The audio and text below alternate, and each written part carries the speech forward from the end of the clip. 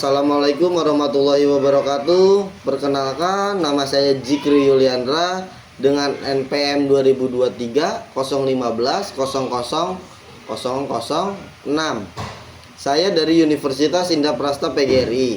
Di sini saya ingin mengerjakan tugas akhir mata kuliah keterampilan dasar dengan layanan bimbingan konseling. Nah, di sini saya ingin memberitahukan tentang layanan bimbingan konseling individu oleh klien saya.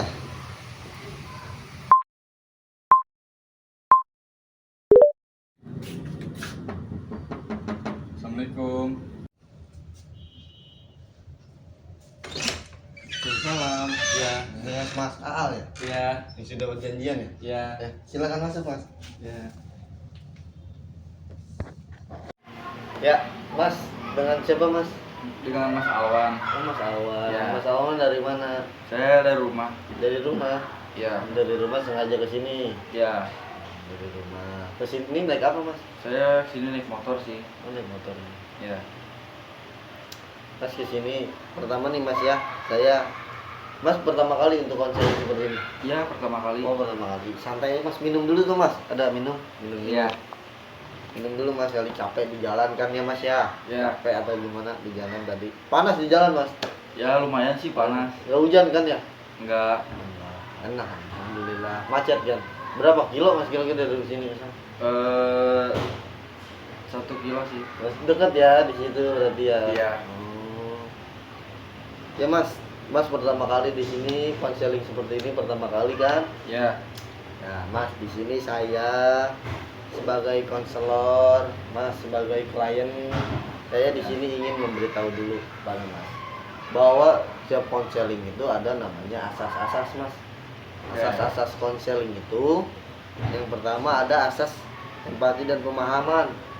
Yang kedua ada asas kerahasiaan, ya kan? Yang ketiga asas kejujuran. Jadi, Mas, pertama jujur aja, ibaratnya jangan pernah, maksudnya jujur aja, lepas aja, Mas, untuk cerita di sini karena di sini ada kode etik, yaitu ada asas kerahasiaan yang dilindungi oleh kode etik. Nah, kode etik itu seperti misalnya menjaga privasi Mas, menjaga privasi saya, menjaga cerita Mas sedang apa yang dialami. Itu yang ketiga, asas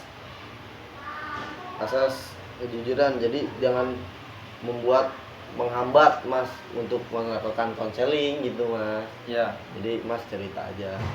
Kalau boleh tahu nih, Mas ya. Ya. Mungkin Mas sudah paham ya dengan kode asas-asas dan kode etiknya, Mas. Oke, sudah.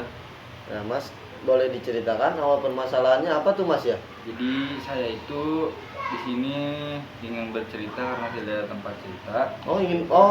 Emang Mas berapa bersaudara? Saya 3 bersaudara. Mungkin kakak jauh ya, jadi tidak ada cerita. Ada masalah apa, Mas, kalau boleh tahu, Mas? Ya, jadi saya itu pas awal itu pernah saya dicoba untuk masuk pondok pesantren, dan di situ selang 3 bulan saya sudah akrab dengan teman-teman pondok saya, dan di situ memang kondisinya di pondok itu tuh untuk sering yang namanya bercanda lah. Nah, di situ kondisinya saya itu lagi tidak mau bercanda dan lagi panas-panasnya untuk tidak bercanda dengan siapapun atau ngobrol dengan siapapun. Iya, terus Mas? Itu kondisinya ada teman saya yang menghampiri saya dan dia itu ingin bercanda dengan saya, dan saya pun sudah meminta untuk tidak bercanda ataupun ngobrol karena saya sedang tidak lagi ingin mengobrol atau gimana. Di situ saya sudah mengingatkan, tapi teman saya tidak melaksanakan itu. Akhirnya di situ ada satu kasus saya itu yang dimana ada kekerasan. Oh, Mas, masalah Mas tuh sekarang ini Mas lakukan itu kekerasan. Iya. Kekerasannya berantem kah? bullying kah apa? Iya, jadi Kekerasannya berantem apa tuh? sih, Oh berantem, ya. mas berantem Ya, di pondok itu. ya. Nah, Nah, itu kejadiannya sudah lama mas? sudah Oh. 7 bulan yang lalu. Oh sudah selesai tapi? Ya sudah. Oh alhamdulillah. Ya. Jadi mas sekarang ingin bercerita saja ke saya tuh ya? Ya. Nah, Oh jadi sudah lama. Terus gimana mas berantem jadi tuh? saya di situ kondisinya berantem dengan teman saya. Saya juga sempat melakukan kekerasan kepada teman saya. Oh mas sendiri lawan satu apa gimana? 1 lawan 1. Oh 1 lawan 1, tidak ada yang memisahkan? Iya, tidak ada. Oh nggak ada mas. Iya, jadi di situ saya sudah mungkin sudah kelepas kesabaran saya dan akhirnya berujung berantem.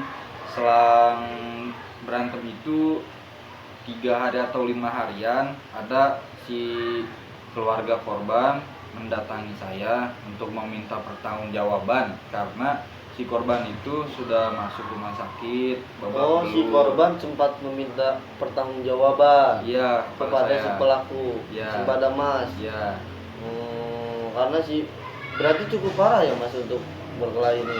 Iya, cukup parah. Nah, Terus mas sekarang cerita masalah itu sudah lama, sudah hampir rumah sakit gitu. Dari mas bertanggung jawab. iya, saya bertanggung jawab, tapi di situ kondisinya bukan saya doang yang berkelahi dengan si pelaku, melainkan ada teman saya lagi, tapi beda kejadian.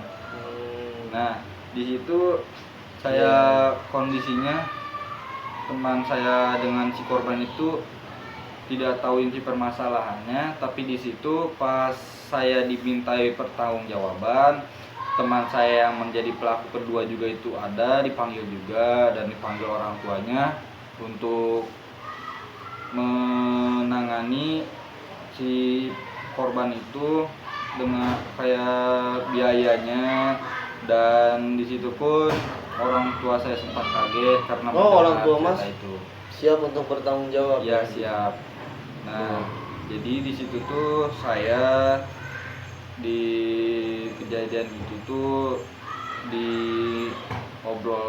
diobrolin. Berunding oleh Ya. ibaratnya secara kekeluargaan. Iya.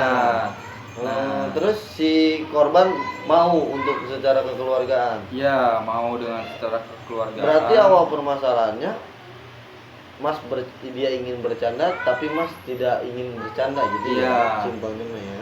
Iya. Awalnya mah ya. Iya.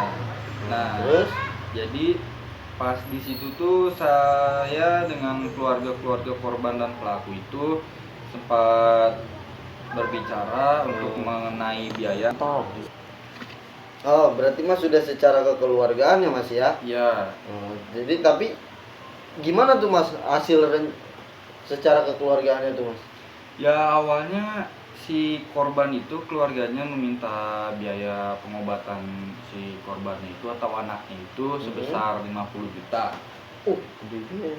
Ya, dan orang tua saya pun kalau bisa dibilang duit segitu tuh tidak ada, dan si pelaku keduanya itu teman saya itu tidak ada juga untuk uang segitu, dan akhirnya dirunding dengan jadi pihak etikat pesantren. baik mas aja lah seadanya mungkin ya. Iya, saya juga seadanya. Dan etikat baik nih dari keluarga mas kepada si korban. Iya.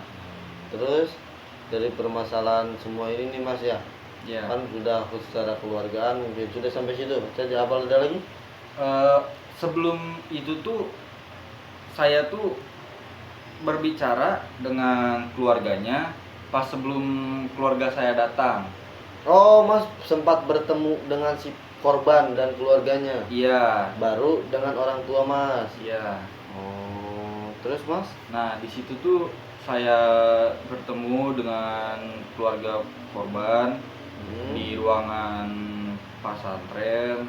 Nah, di situ ruangan konseling di pesantren itu. Iya. Nah, di situ juga saya ngobrol dengan korban gimana inti permasalahannya, awal permasalahannya, dan di situ saya cerita saya lagi keadaan tidak mau bercanda dan ke guru BK yang ada di sekolah ya mas? Iya. Dengan dengan si korban dan keluarganya juga. Nah, Terus selesailah mau cerita. Terus gimana tuh hasil dari yang konseling itu ke guru BK itu gimana hasilnya? nah, di situ pihak pesantren atau pondok pesantren juga untuk bisa mungkin menangani kasus itu dan untuk mencoba secara kekeluargaan agar nanti bisa keluarga pelakunya dipanggil. Oh, jadi si guru BK ini di tengah Iya, lah ya, iya. tidak di pihak korban, Iya. tidak di pihak pelaku. Iya. Jadi secara kekeluargaan dan itikat baik keluarga Mas dan keluarga korban gimana? Iya. Terus Mas? Jadi di Sudah. situ saya kembali lagi yang tadi saya bicarakan, saya dipanggil orang tua saya untuk mengenai biayanya dan di situ untuk meminta 50 juta, tapi keluarga saya dan teman saya itu tidak mempunyai untuk uang yang dibicarakan oleh korban. Nah, dan di situ pun akhirnya dibicarakan untuk merunding berapa yang saya mampu, keluarga saya mampu, dan di situ sepakatnya itu di angka 15 juta. 15 juta itu bukan untuk satu orang, tapi melainkan 2 orang yang dengan hasilnya itu 7,5 Bagi 15 juta itu dibagi Iya. dua, yang Mas dan Iya. pelaku satu lagi. Nah, ya. Hmm. Jadi di situ juga dibicarakan dengan secara kekeluargaan tanpa adanya rasa emosi dan mencoba untuk mendengarkan ya, alasan dari si pelaku dan korban. Nah. Alasan si pelaku dan korban ini apa? Ya, agar bisa dimengerti inti permasalahannya dari siapa dan mengapa ya bisa terjadi kasus-kasus kekerasan ini. Dan saya juga di situ mulai sadarlah atas perlakuan saya kepada teman saya yang sudah melakukan kekerasan untuk tidak mencoba. Sudah berdamai dan meminta maaf Mas juga kepada si korban. Ya. Selanjutnya nih Mas ya. Ya. Dari Mas cerita yang tadi dari awal sampai akhir, itu kan sudah sampai situ kan, sudah berdamai. Mas di situ merasa salah ya Mas ya? Iya, salah juga. Dibilang benar juga benar Mas, karena Mas sedang tidak mau bercanda. Mas tidak mau ini tapi dibercandakan oleh teman Mas. Iya. Di situ ya kan Mas. Nah, ini kan layanan bimbingan ya Mas ya? Iya. Layanan bimbingan, cuman saya tidak bisa memberi arahan kepada Mas, cuman memberi pengalaman. Kalau misalnya kayak seperti itu tuh tidak baik untuk dilakukan. Pengalaman saya dulu pernah berantem juga sama orang, kekerasan juga sama orang. Saya pernah melakukan itu, cuman saya alhamdulillahnya dengan secara kekeluargaan dan secara baik-baik dengan cara minta maaf.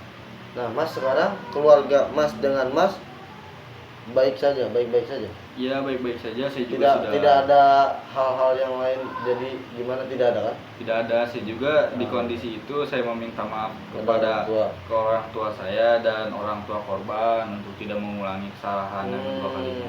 Alhamdulillah, berarti Mas udah mengakui kesalahan Mas juga mungkin ya. Iya. Ini kan Mas juga kesini untuk bercerita saja kepada saya mungkin ya. Iya. Mungkin ceritanya insya Allah rahasia Mas sudah aman di saya, sudah saya mengerti. Nah sekarang nih Mas ya, Iya. kedepannya Mas ingin seperti apa tuh? Kedepannya saya ingin membangun atau mengejar cita-cita saya. Mas, tapi bukan Mas itu, maksudnya gini Mas, kedepannya Mas ingin melakukan apa tuh Mas kira-kira? Ya, saya kedepannya itu tidak mau mengulangi kesalahan saya yang kedua kalinya dan mencoba untuk agak sabar menghadapi teman saya yang sedang bercanda ataupun bercandanya itu keterlaluan gitu. Baru Mas bingung. Ya maksud saya gini Mas, bagus sekarang Mas sudah mengakui kesalahan. Saya sudah mendengar cerita Mas. Ya. Saya pernah apa namanya, sudah tahu permasalahannya awal dan akhir. Mungkin Mas sekarang sudah merasa lega hati Ya. Mas, sudah bercerita ke saya, mungkin saya bisa jadi teman cerita Mas seperti ini. Iya. Nah, sekarang kan Mas mungkin sudah beres lah ya, masalah yang lalu sudah berlalu. Sekarang cerita sudah, mungkin konselingnya cukup ya Mas, segitu saja. Oke, cukup. Apa ada yang lagi yang mau dibahas? Ada yang lagi mau dibahas? Tidak sih. Nggak ada lagi ya kan yang Ya. mau dibahas ya. Ya. Sekarang berarti Mas pulang naik motor lagi nih? Iya. Naik motor lagi, pulang, berarti paling seperti itu. Minta maaf, semoga tidak terjadi lagi seperti itu ya Mas ya. Ya. Mas tetap semangat mau mengejar pendidikan dan cita-cita Mas. Ya. Untuk kedepannya semoga tidak terulang lagi seperti ini. Mungkin saya tidak bisa lama-lama ya Mas ya. Ya. Mas juga ada kesibukan Mas. Ya. Terima kasih ya Mas. Ya. Jangan. Ya, makasih.